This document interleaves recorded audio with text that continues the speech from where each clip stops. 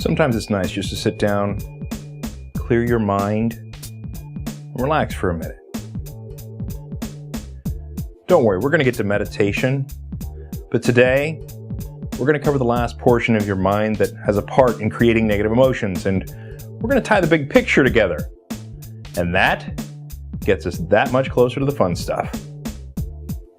Go.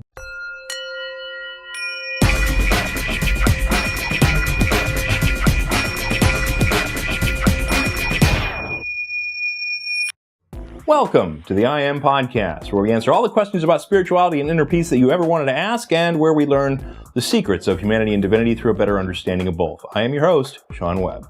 I am so excited about the discussions that we have coming up for you later this year. We're going to talk about things like how to improve your relationships and how to bring more agape and forgiveness into your life. We're going to talk about things like how to release your painful past that is affecting who you are today.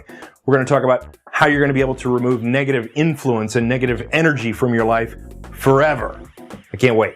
The other side of that coin is that I know unless you understand exactly what it is that stops you from affecting long-term positive change in your life, if you don't know exactly what the forces are within you that pull you back into the same old crap, whatever change we might get from interacting with each other here is going to be temporary for you. And that's also why I'm excited about delivering you these Body, Mind, Spirit 101 episodes, because this is where we're going to learn about the stuff that can sabotage you. And this is where we'll learn the common vocabulary we'll use to change your life for the better in future episodes.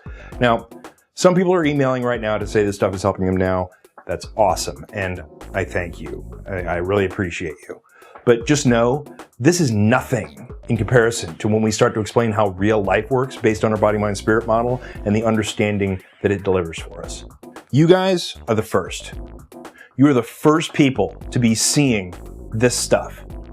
This model that explains human life, the human mind, human emotion, and the spiritual existence that seems to be eluding over 90% of the world. This stuff comes from nowhere in the world of psychology. Psychology isn't even close to being here yet. Psychology can't explain the slow motion process of emotional creation and define the human emotion system so well that emotions can even be predicted, which is the scientific minimum for acceptance of a model. You guys are the first group to be learning this no-nonsense model of human existence that explains everything. This is going to change psychology as we know it, certainly, but frankly, I don't care. I care that it helps you. So let's get to it. First, I got to start with our advisory that if this is your first episode, I encourage you to go back and review episodes 2 forward, although episode 4 is kind of where we kicked it into gear. But these first 20-ish episodes or so build on each other. So you're going to hear some terminologies and some stuff that you won't understand without seeing those earlier episodes. Just saying. Okay, so that said, where were we? Okay, so to review for the benefit of everyone, over the last few episodes we discussed the ego, we discussed the equation of emotion, we discussed the relative valuation system of the ego, and we discussed how some emotions were created due to the input of these components. And today we're going to put the last piece of the puzzle in regarding what I like to call the emotional influence system. And that last piece of the puzzle is mindful attachment, the attachments of the mind.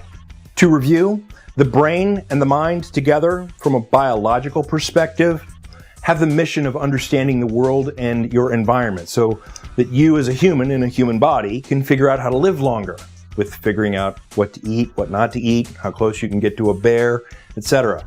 The system is designed for extended survival, as is most of the functionality of the body. But because of this must understand and define the world charter, the mind scoops understanding and defining you into that process. And the mind tries to quantify and define you as part of defining and understanding your world. And that attempt at understanding you becomes your ego, right? Your mind's perception of self. It's a laundry list of all the things you think of when you think of you. Your body image, your name, your likes, dislikes, other ideas of your identity, like your job, and even includes things around you, like your possessions and people that you've attached to in your life, your spouse, your kids, grandma. All these things become part of your mindful definition of you. And so that is what feeds into this equation of emotion, right, that we talked about in episode 4, via the relative valuation system, and that's what causes all emotion that you could ever have. Everybody got that? Yeah, if not, the earlier episodes spend about 10 minutes each on each one of those that make understanding all that a piece of cake. And why do we want to understand all this again? Well, because understanding the process of how negative emotions are created will allow us to break that process. And then negative emotions get voted off the island. Forever. So now let's take our next baby step.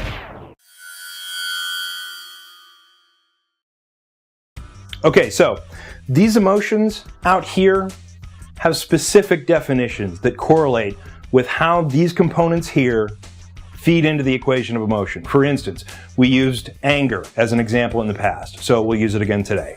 Anger is defined as an attack on the ego's valuation that comes from outside the ego. And remember, the ego is the laundry list of items that you attach to. So if you consider yourself a fan of a certain sports team, that becomes part of your ego. And then if someone comes up to you and says your team sucks, the anger class of emotion gets activated. A source outside your ego has attacked something within your ego, and so the anger class gets pulled from the bench and put into the game. Now, if you notice, this is the first time that I've used the words anger class of emotions. Let me explain. Because this is where attachment comes into the model, and this is where things start to get really cool. These emotions over here actually represent groups of emotion.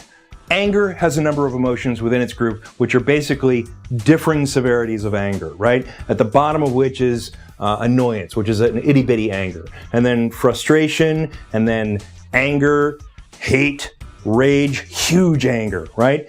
And that group has the definition that is the result of an external attack on the ego's valuation.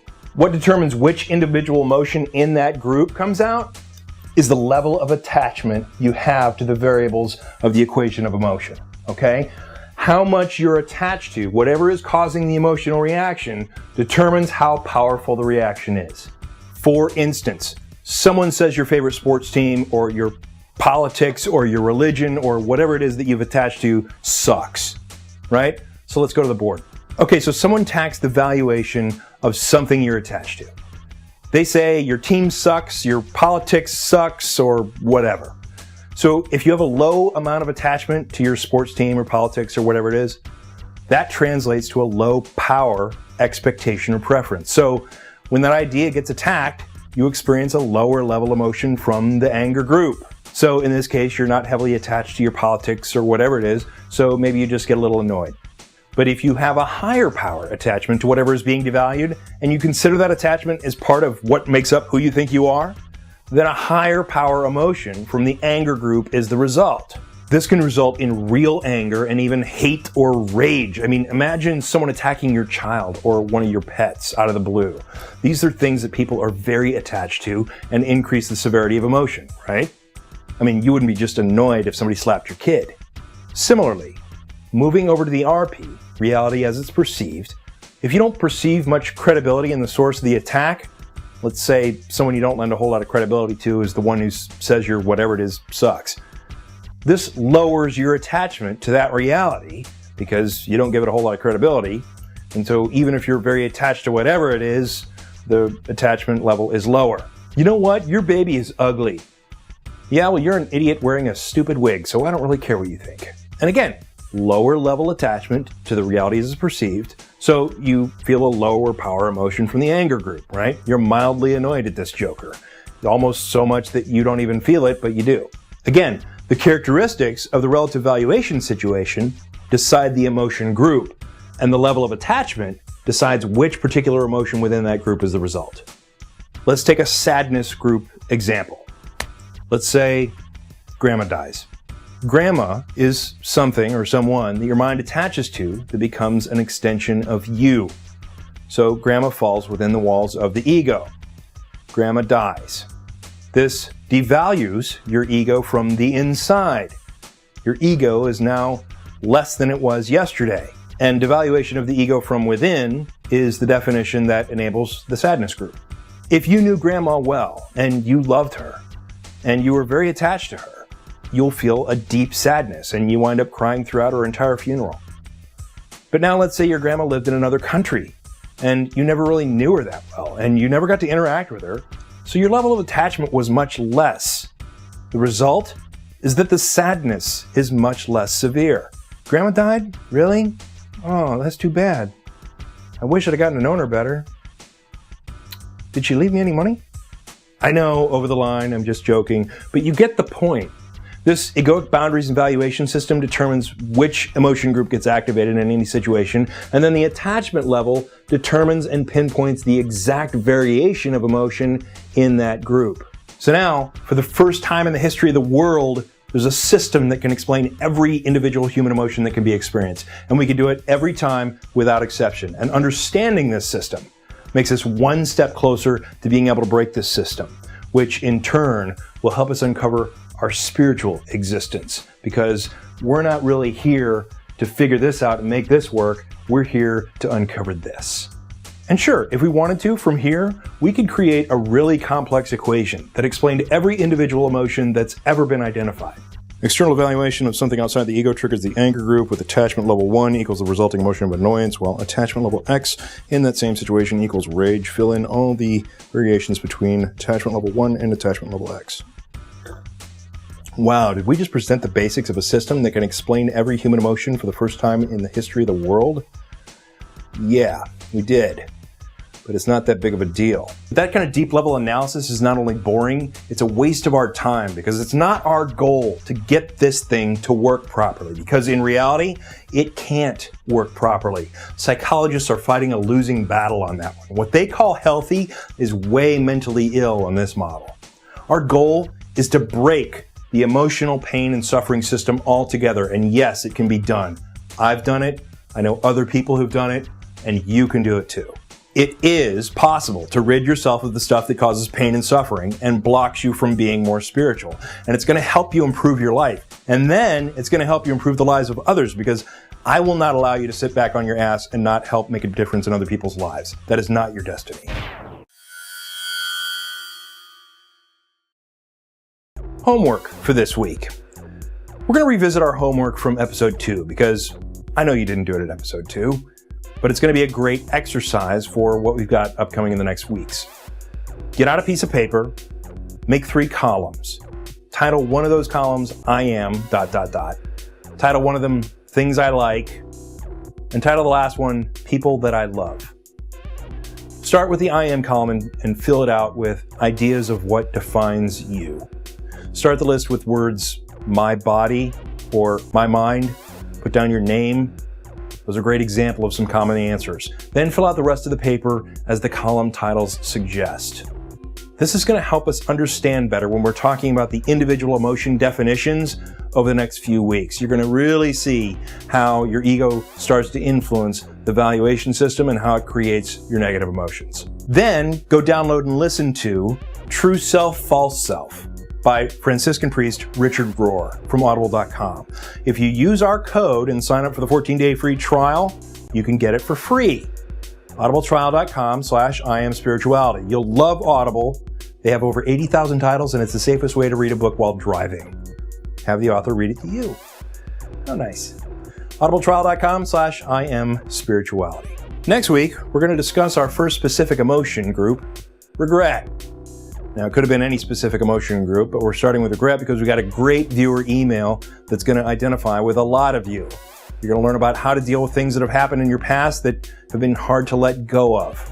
I love doing this with you guys. And if you get a second, send me an email about times that you've worried about things, because that's what we're going to talk about the week after. Send those to Sean@IamPodcast.com, and know that if you send one, I might use it on the show. I'll only use your first name. So, finally, don't forget to share this podcast, people. I'm presenting this stuff for free, trying to help as many people as possible, and I can't get it in front of anyone without your help. So please share the love. And on that note, know that you are loved by me, if by no one else. See you next week. Peace.